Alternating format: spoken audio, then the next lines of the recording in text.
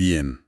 La última vez que nos sumergimos en 7 días que dividen el mundo de John C. Lennox, el debate giró mucho en torno al cuándo y, bueno, al cómo de la creación. Hoy, la conversación se vuelve, creo, mucho más personal. Sí, totalmente. Los siguientes capítulos nos enfrentan a una pregunta que resuena a través de los siglos. ¿Somos un simple accidente cósmico? ¿Una especie más? ¿O somos intencionadamente el clímax de la historia? Es que es una pregunta fundamental. Pasamos de discutir la edad de las rocas a discutir nuestra propia identidad. Exacto. Y los 2 capítulos que tenemos sobre la mesa, el 4 y el 5, van justo a eso. El primero defiende la idea de la singularidad humana y el segundo nos invita como a dar un paso atrás, ¿no? A ver el panorama completo. El gran mensaje de esa primera página del Génesis. Y lo fascinante es cómo un texto de hace miles de años se mete de lleno en debates súper vivos hoy en día, en filosofía, en ciencia.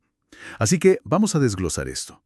¿Qué hace al ser humano tan especial según esta narrativa? Bueno, el capítulo 4 arranca con la declaración, yo diría, más audaz del texto. Los seres humanos son creados a imagen de Dios. Una frase que hemos oído tantas veces. Sí, que quizás ha perdido su impacto, pero fue revolucionaria.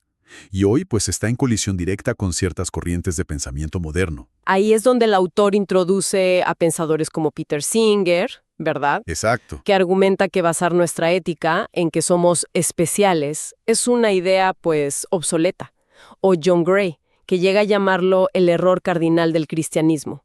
Es un choque frontal, totalmente frontal. Y no es una discusión de salón, o sea, las implicaciones son enormes y afectan todo, desde los derechos humanos hasta la bioética. Claro. Lennox señala que esta visión moderna a menudo se basa en una interpretación, digamos, filosófica del darwinismo que concluye que no hay una diferencia de tipo entre humanos y animales, solo una diferencia de grado. O sea que somos simios más complejos. Y ya. Básicamente. Esa es la idea. Entonces, ¿cómo sostiene el Génesis su argumento contrario? ¿Qué pruebas presenta el texto para esta creación especial? Bueno, el autor destaca varios puntos. Y el primero es casi obvio, pero es crucial. Solo de los humanos se dice que son a imagen de Dios.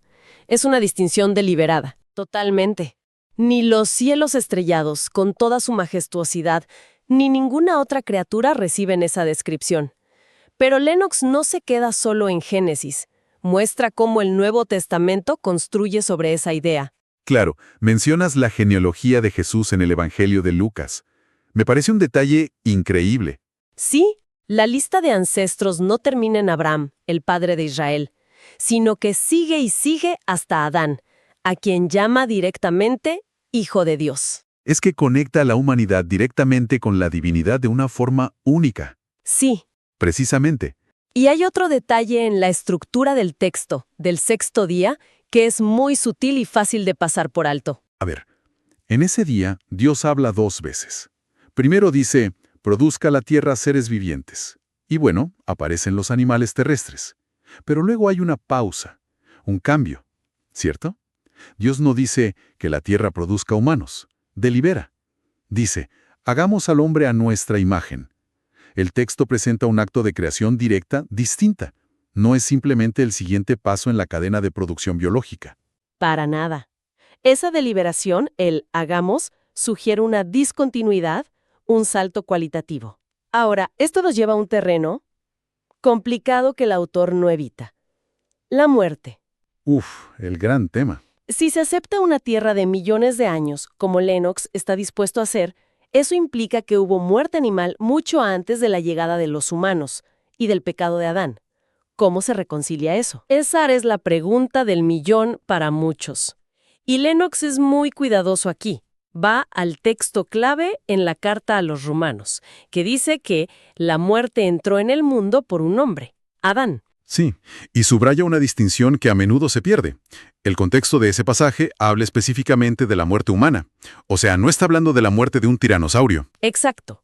La muerte para los seres humanos como criaturas morales hechas a imagen de Dios es una consecuencia de la rebelión moral, del pecado. Es la paga del pecado. Justo. Pero no aplicamos esas categorías a los animales. Un león no peca cuando caza una cebra, está actuando según su naturaleza. Atribuir la muerte animal al pecado de Adán crea, según el autor, problemas teológicos y científicos enormes. ¿Como cuáles? ¿Qué problemas crea? Bueno, piensa en el diseño de un depredador, las garras de un tigre, el veneno de una serpiente, o los músculos increíblemente especializados del cuello de un pájaro carpintero. Apareció todo eso en el instante en que Adán comió del fruto. Sería rarísimo. Como si el pecado de un hombre hubiera desencadenado una reingeniería biológica masiva en todo el planeta. Claro. Teológicamente parecía muy extraño que la rebelión humana provoque un acto creativo de Dios, aunque sea uno que introduce la depredación. Y luego está la propia serpiente en el jardín. Ujú. No es un animal cualquiera. El texto la presenta como una criatura inteligente, astuta, y que ya se oponía a Dios antes de que los humanos pecaran. Su antagonismo es previo. Ese es un punto clave. La serpiente es la prueba de que el mal y la oposición a Dios ya existían en la creación antes de la caída humana. Ah, claro. Esto lleva a Lennox a mencionar una idea que exploró gente como C.S. Lewis, la posibilidad de que una fuerza malévola ya estuviera activa en el cosmos, quizás corrompiendo partes del mundo natural antes de la aparición del hombre, lo cual ofrecería una manera de entender el sufrimiento y la violencia en el reino animal que no lo ata directamente a la decisión de Adán y Eva. Exacto. Separa la caída moral humana de la existencia de la depredación en la naturaleza. Correcto.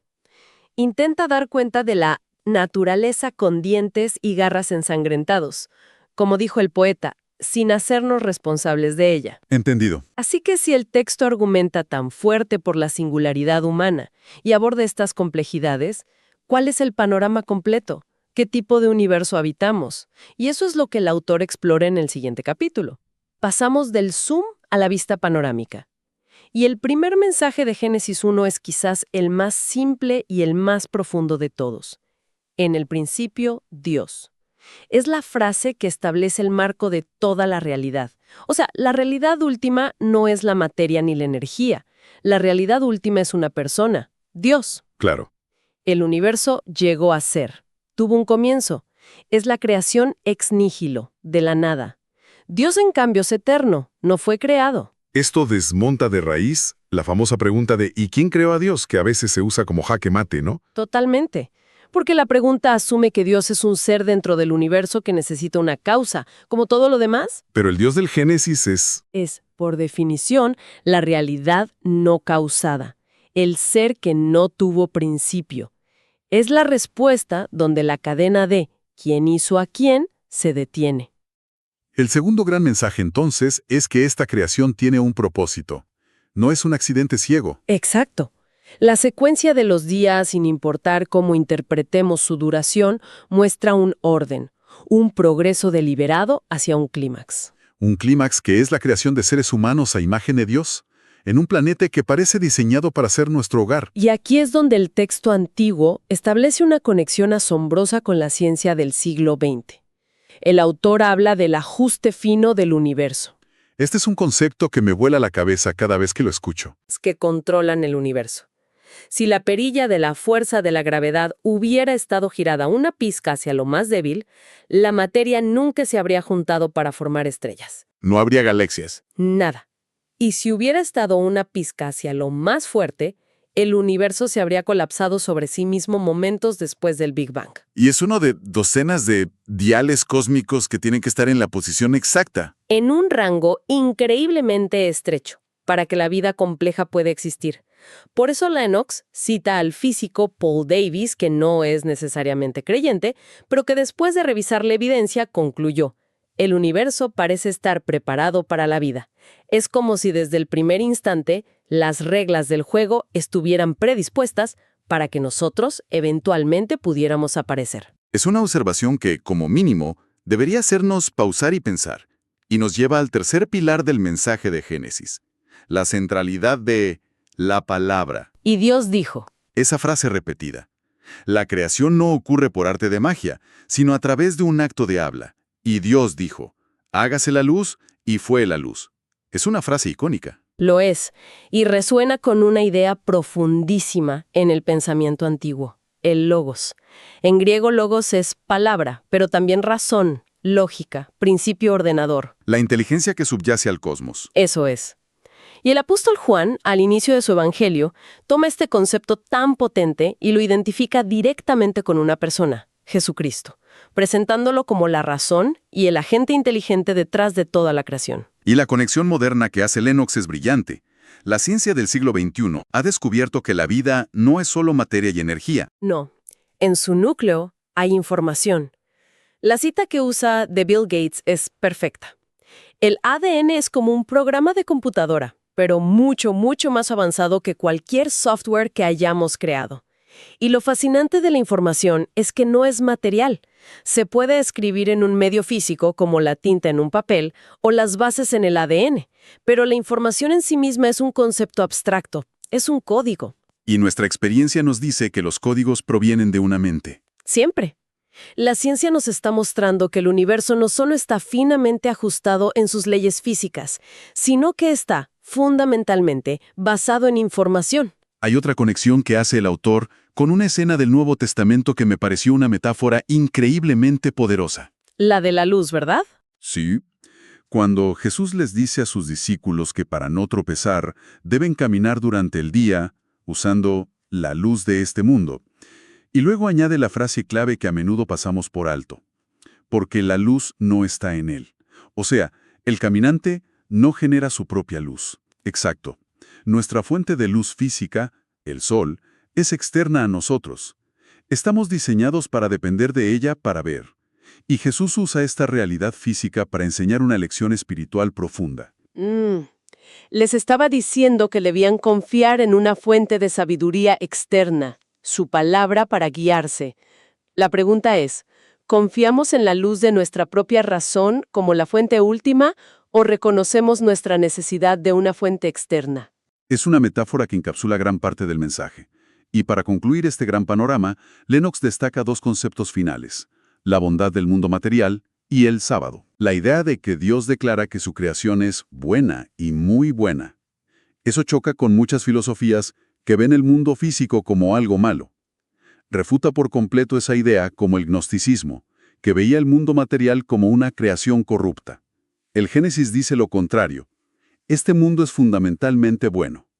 Y si es bueno, eso nos asigna una responsabilidad de cuidarlo, una mayordomía, con una relevancia ecológica tremenda hoy. Totalmente. Y finalmente, el sábado, el descanso, que no es solo, pues, tomarse un día libre. No, es mucho más profundo. Es un patrón integrado en el tejido del cosmos. El autor cita al rabino Jonathan Sacks, que dijo que en el sábado nos volvemos conscientes de ser creaciones, no creadores. Es un recordatorio semanal de nuestros límites, de que no somos dioses. Es un acto de confianza.